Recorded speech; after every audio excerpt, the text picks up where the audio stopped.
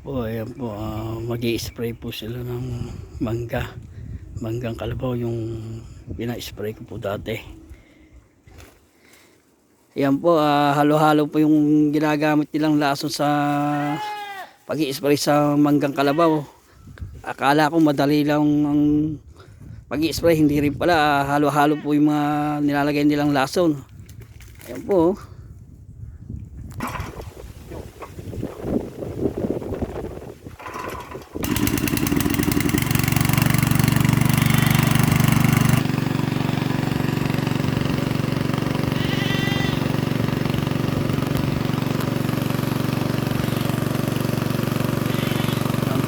Ganyan po pag-i-spray po ng manggang kalabaw, yung bulaklak po, para hindi po sirain po na insekto.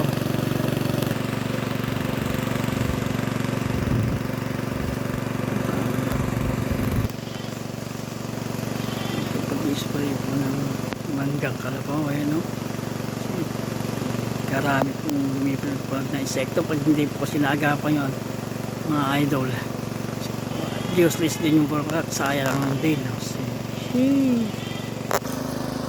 Siya po pumalik po sa taas, akala nyo madali lang po mag-alaga ng manggang kalabaw, yung pahinugin. So, dito naman po kami sa kabila ngayon. Ayan po,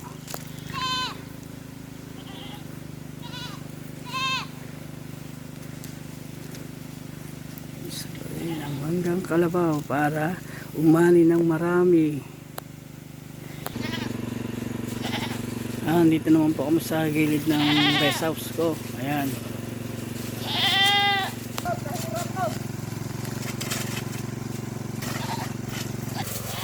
Dito naman po sa taan ngayon. Paano? Maraming salamat sa inyo mga idol. Magandang hapon sa inyo ulit. Bye bye.